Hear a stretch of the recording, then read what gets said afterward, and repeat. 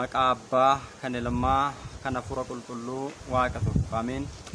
kabajamtootaaf jaalatamtoota maatiiwwan waaqayyoon kan jaallattan waaqayyoos keessin jaallatu ijoolleen tawaahidoo biyya keessa salas kan jirtan hundumti keessan bakkaaf lafa jirtanitti nagaa waaqayyoo akkam jirtu akkam yeroo kana geessani galanni fulfinni waaqayyoodhaaf haa ta'u ani nagaa kooti guyyaa irraa kana kan waliin laallu waa'ee hafuura ayini xilaa waliin laalla jechuudha. Ayini xilaa jechuun yookiin immoo golgaa ijaa jechuun maal jechuudha? Amaloonni ayini xilaan agarsiisu maalidha? Jireenya gaa'elaa fi jaalalaa gidduutti ayini xilaan gochoolee akkamii raawwata? Akkasumallee namoonni hafuura ayini xilaadhaan qabaman amaloota akkamii agarsiisu kan jedhuu fi kanneen kana fakkaatan irratti kan waliin barannu waan ta'eef hanga xumura sagantaa kiyyaatti hordofaa. Warreen haaraa taatanii gara chaanaalii kanaatti dhuftan subscribe gochuudhaan yeroo kamuu sagalee waaqayyoo sirraa isinii darbu hordofaa isiniin jecha kallattiidhumaan gara qophii keenyaatti darbina jechuudha. Jalqaba irratti ayini xilaan yookiin immoo hafuurri golgaa ijaa maalidha kan jedhu irraa eegalla. Hafuuronni addunyaa kanarratti jiruu fi jireenya mucaa namaa dhiphisan hedduutu jiru. Isaan keessaa tokko hafuura ayini xilaadha jechuudha. Warreen biroo immoo yeroo biraa itti deebinee kan laallu ta'a. Guyyaa irraa kana waa'ee ayini xilaa irratti barnoota keenya kan xiyyeeffannu ta'a jechuudha. Hafuura ayini xilaa jechuun jiruu fi jireenya keenya keessatti carraa keenya kan cufuudha jechuudha. Carraa keenya jechuun carraalee nuti jiruu fi jireenya keenya keessatti qabnu kan hafuuraas haa ta'u kan fooniis haa ta'u jiruu fi jireenya keenya keessatti waan nuti gara fuulduraatti argachuudhaaf jennuu fi waan nu fayyadu hundumayyuu kan daangeessu yookiin immoo kan cufu jechuudha. Jireenya keenyatti gaaddidduu kan ta'u jechuudha yookiin immoo kan golgu kan daangeessu jechuudha. Fakkeenyaaf ifti gaafa ifu waan hunda arguu dandeenya jechuudha. Ifa keessatti waan hunda arguu dandeenya. Iftiin jiru taanaan dukkana keessatti waa arguu yookiin hubachuu adda baafachuu hin dandeenyu. Gurraacha, diimaa, adii jennee waa tokko adda baasuudhaaf dirqama maaltu jiraachuu qaba? Ifti jiraachuu qaba jechuudha. Akkuma kana jiruuf jireenya keenya keessatti waan nuti gara fuulduraatti nuti argachuudhaaf jennu sana cufee waan nuti arguudhaan mallee akka nuti hin argine kan daangeessu carraa jireenya keenyaa kan cufu yookiin immoo kan hidhu jechuudha. Eebba yookiin immoo barakata nuti waaqayyo irraa argannu kennaa nuti argannu hunda daangessee kennaa nuti argachuudhaan mallee sana akka nuti hin arganne kan dhorku jechuudha yookiin immoo kan daangeessu jechuudha hafuurri ayini xilaa yookiin golgaa ijaa kun jechuudha. Fakkeenyaaf maal daangeessuu danda'a jettanii yaaddu? Fakkeenyaaf namni tokko ni barata. Gaafa baratu mul'ata qaba. Gara fuulduraatti waan ta'uudhaaf yaadu doktorii ta'uu danda'a, akkasuma paayileetii ta'uu danda'a, barsiisaa ta'uu danda'a. Carraan gara fuulduraasaa jiru bal'aadha jechuudha. Isa kana abdatee boroftaan jiruu fi jireenya isaa fooyya'aa jiraachuudhaaf jecha har'a dadhabee umurii qaburraatii waggoota muraasa ni barata jechuudha yookiin immoo yeroo isaa barnootaan ni dabarsa jechuudha. Namni kun gara fuulduraatti nama guddaa ta'uudhaaf carraa jireenya isaa akka isaaf bal'atuu fi ifa akka isaa ta'uudhaaf kan inni baratu. Hafuurri ayini xilaa immoo dursee namni kun waan itti dadhabaa ture sanatti akka inni hin milkoofne yookiin immoo galma akka inni hin geenye kan daangeessuudha jechuudha. Fakkeenyaaf namni suni qabxii gaarii akka hin arganne daangeessuu, barataa cimaa akka inni hin taane taasisuu, hojjetaa akka inni hin taane taasisuu, hojjetaa yoo ta'e immoo carraan jireenya isaa sadarkaa guddaa akka hin dhaqqabnee fi daangeessu jechuudha. Fakkeenya kan isinii fudhadha jechuudha. Namni tokko immoo ni daldala yoo ta'e carraa daldaluu isaa keessatti yookiin immoo qarshii argachuu isaa keessatti hamminni argachuudhaaf danda'uu fi dadhabbiin isaa qixa akka hin taane taasisa jechuudha. Namni kun baay'ee dadhaba, baay'ee dhama'a, garuu gatiin inni yookiin immoo beenyaan inni dadhabbii isaa irraa argitu akka inni xiqqaatuu fi carraan isaa gara fuulduraa akka itti dukkanaa'uuf abdii akka inni kutatu kan taasisu keessaa tokko hafuura golgaa ijaa yookiin immoo ayini xilaadha jechuudha. Maqaa isaarraa akkuma laaltan golgaa ijaa jechuun ija keenya kan golgu waan nuti arguudhaaf mallee sana akka nuti hin argine kan daangessu jechuudha. Fakkeenyaaf jechuudha kan nuti yaannu gara fuulduraatti nuuf ta'a jennee karoora nuti karoorsinullee dabalatee waan nuti hojjennu dabalatee karooraaf pilaanii keenya hunda dabalatee carraa jireenya keenya cufuudhaa fi halkanii fi guyyaa rafee hin bulu jechuudha. Hafuurri kun kan nuti ilaallu, kan nuti yaannu, kan nuti hojjennu jiruu fi jireenya keenya keessa karaalee hundaan dhokachuudhaan gara fuulduraatti waan nuti argachuudhaaf jennu hunda balleessee akka nuti bu'aa qabeessa hin taaneef milkaa'aa akka nuti hin taaneef carraan jireenya keenyaa dukkanaa'ee akka afuu fi jiruuf jireenya keenya keessatti dhiphinaatiin yeroo keenyaa fi jiruuf jireenya keenya akka nuti dabarsinu carraa jireenya keenya keessa dhokachuudhaan hammeenya kan agarsiisuu fi kan mul'isu hafuura hamaa, hafuura seexanaati jechuudha. Inni xilaa jechuun.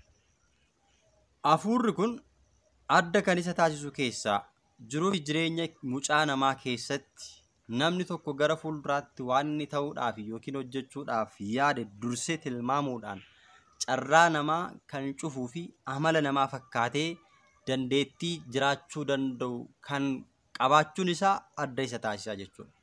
Amala namni suni qabu qabatee jiraata yookiin immoo amala namni suni qabu fakkaatee jiraachuudhaan nama sana miidhuu kan danda'u waan ta'eef hafuurota adda biroo irraa amala adda isa taasisudha jechuudha hafuurri kun. Carraa jireenya keenyaa gara fuulduraatti ta'uudhaaf jiru dursee yaaduudhaan yookiin immoo xiinxaluudhaan carraan jireenya keenyaa sun akka cufamu taasisuu kan danda'uu fi fageessee yaaduu kan danda'u ta'uu isaati.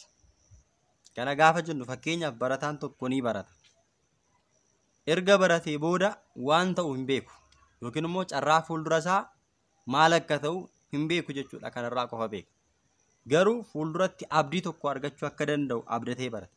Hafuurri kun garuu namni kun waan inni ta'u boruu isaa egeree isaa dursee beeka. Kanaafuu waan inni ta'uudhaaf yaadu sanaaf yookiin immoo karoorfatu sanallee karoorri isaa galma akka hin geenye dursee yaadee daandii jireenya isaa itti cufee waan inni irra ga'uudhaaf yaade sana akka inni hin qaqqabneef duubatti deebisuu yookiin immoo humna duubatti goottotuu waan of keessaa qabuu fi hafuurri kun jiruuf jireenya mucaa namaa keessatti dursee yaaduudhaan miidhaa ni qaqqabsiisa yookiin immoo ni gaggeessaa jechuudha. Hafuurri inni xilaa kun carraa mucaa namaa kan cufuuf abdii kan kutachiisudha. Barannee firii dhabeessa dadhabnee hojjennee faayidaa dhabeessa kan nu taasisuu danda'u faayidaa dhabeessa akka nuti taanu abdii akka nuti kutannu boruuftaan waan hojjechuudhaaf yaanne kamuu akka nuti hojjechuudhaaf humna hin qabneetti akka nuti deebinee of lakkoofnu kan taasisu hafuura hamaadha jechuudha. Namoonni naannoo keessatti yoo ilaaltan baradhu yoo namni jedheen abalu baratee sagee jedhanii abdii akka isaan kutan. Daldali hojjedhu qoti gaafa jedhame abalu yoo uggaasaa umurii isaa hanga kanaa qota hanga kana daldala taa'een beeku aara galfateen beeku garuu numa hanqixa jiraata. Kanaafuyyuu inni iyyuu eessa hin geenye jedhanii namoonni namoota warra kaan fakkeenya akka godhatanii abdii isaanii kutan kan taasisu hafuura hamaadha jechuudha. Namoonni sun dadhabaniiru hojjetaniiru garuu galma ga'uudhaaf yaadan sana gahuu hin dandeenye. Maaliif yoo jenne humni duubatti isaan harkisu jira waan ta'eef. Kanarraa kan ka'e namoonni sunis abdii akka isaan kutanii fi namoonni adda biraallee fakkeenya godhatanii akka abdii kutatan kan taasisu hafuura nama shakkisiisu yookiin immoo abdii nama kutachiisudha jechuudha hafuurri kun. Keessumattuu jechuudha hafuurri kun jiruu fi jireenya mucaa namaa keessatti amala mucaa namaa fakkaatee tooftaan jiraachuu isaarraa kan ka'e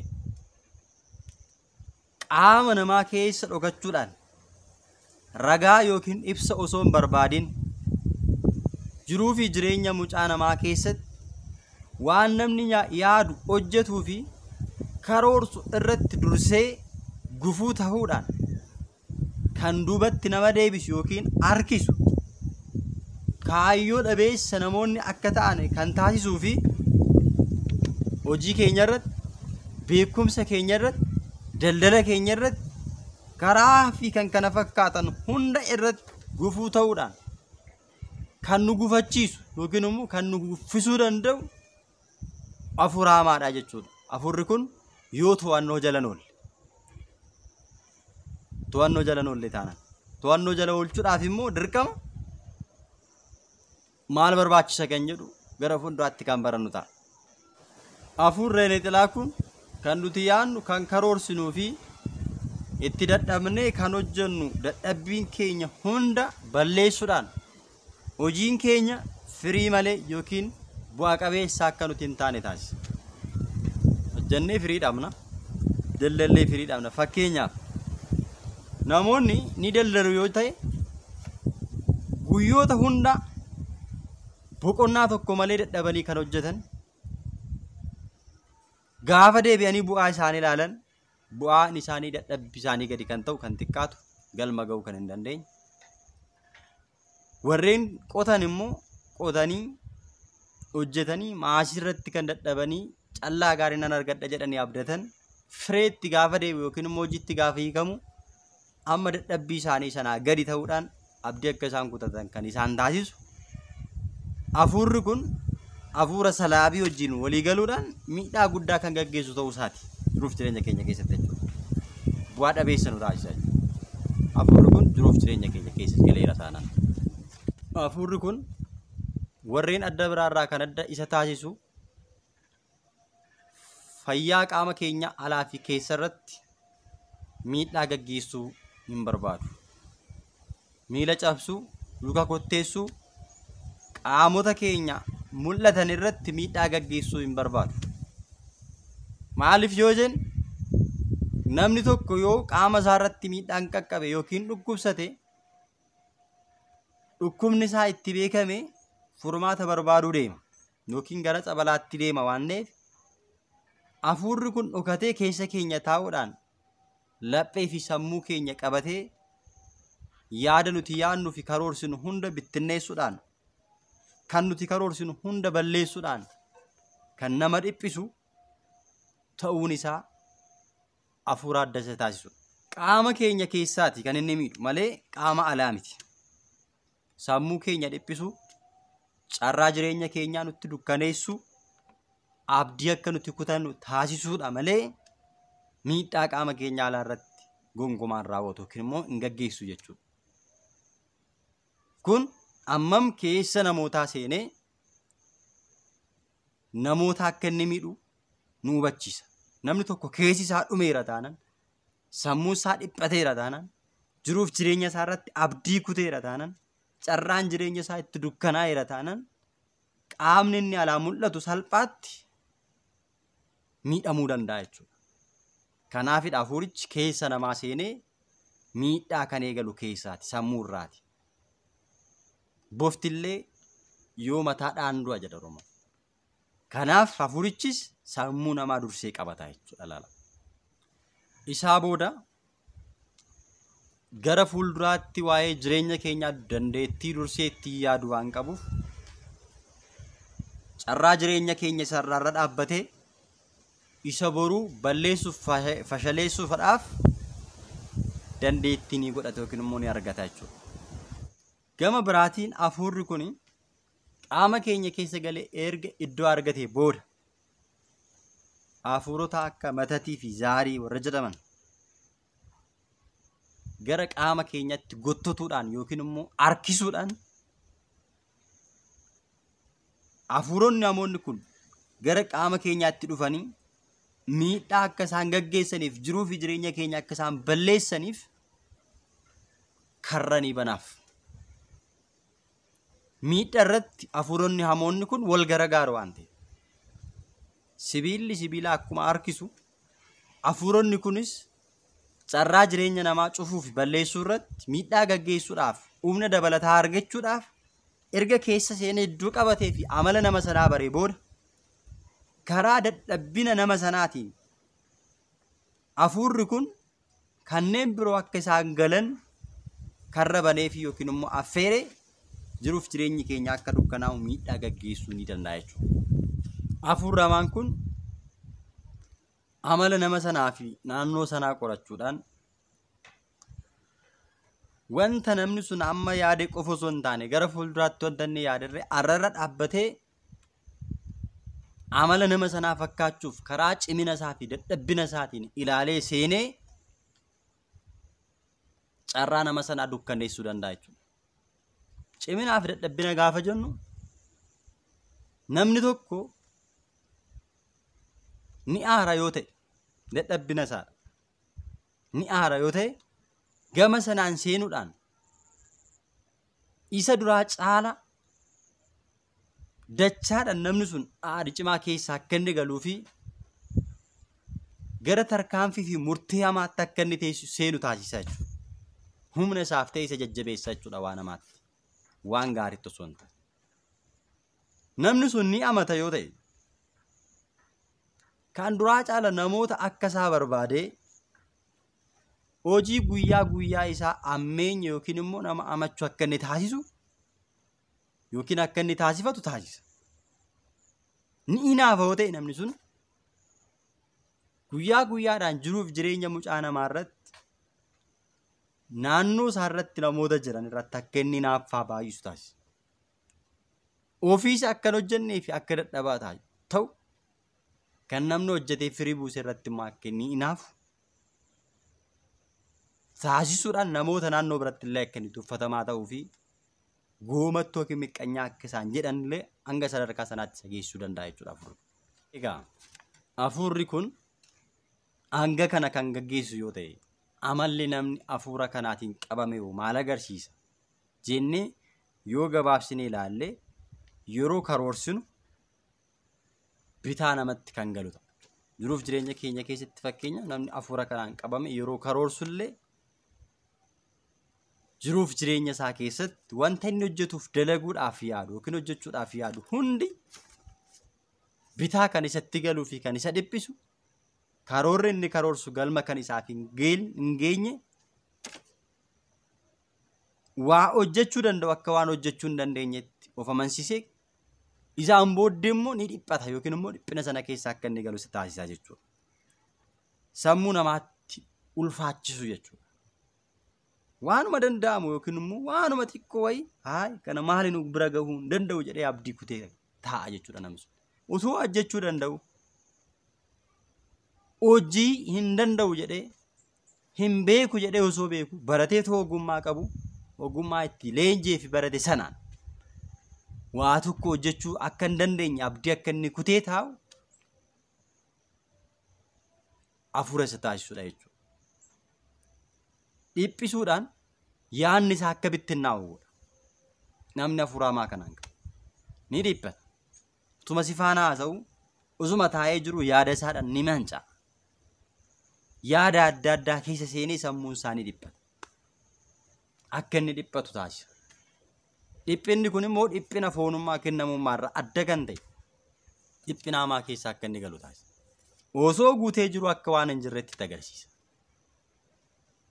Osoo danda'u akka waa humaa hin dandeenyetti agarsiisa. Osoo beekuu homaa beekuu akka hin dandeenyetti waa gochuuf faayidaa dhabeessa akka ta'ee fi namoota biratti tuffatamaa akka inni ta'e. Otoo namoonni isa kabajanu jaalatanu namoota biratti akka jibbamaa ta'etti ilaalcha sammuusaa fi yaada isaadhaan of madaalee nama xiqqaa akka inni of taasisu taasisa jechuudha.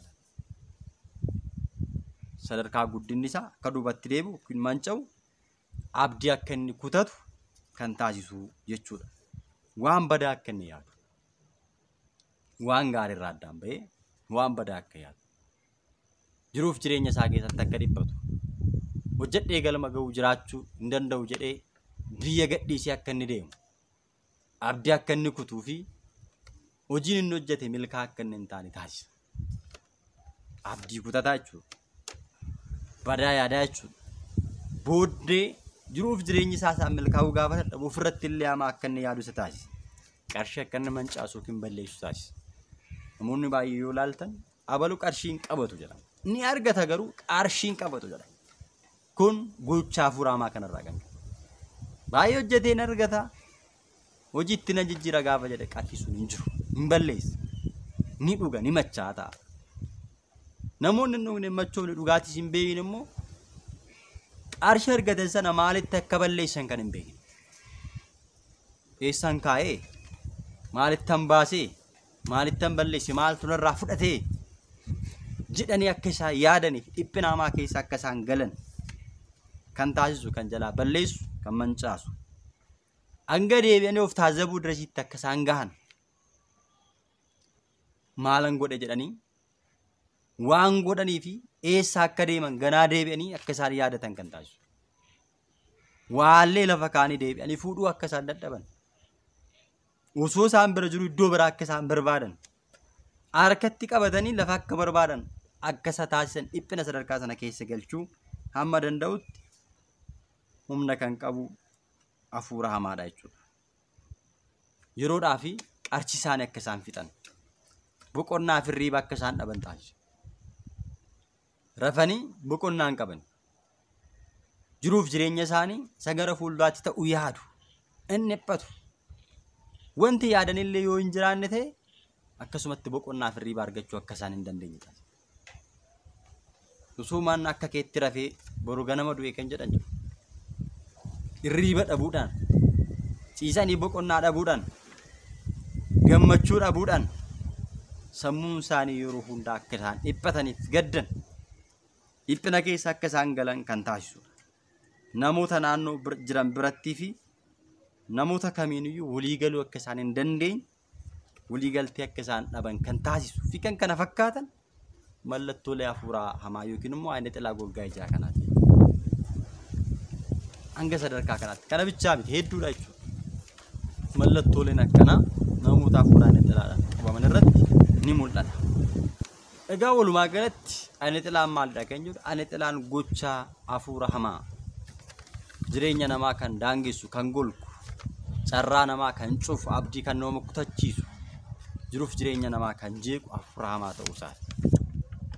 Dabalataan amalli namaa ayina xilaa qabu maal inni jennu wantoota amma kaasne amaloota akkanaaf kana fakkaatan kan agarsiisuu fi jiruuf jireenya keenya keessatti immoo ayina xilaan miidhaa akkamii gaggeessa jireenya jaalalaa fi gaa'ilaa gidduutti miidhaa akkamii gaggeessuu danda'a abbaa manaa fi haadha manaa gidduutti sadarkaa jaalalleewwaniitti yookiin immoo sadarkaa jaalalaatti warra jiran gidduutti hafuurri hamaan kun miidhaa akkamii gaggeessuu danda'a kan jedhu immoo taa'ittaan keessatti kan waliin ilaallu ta'a.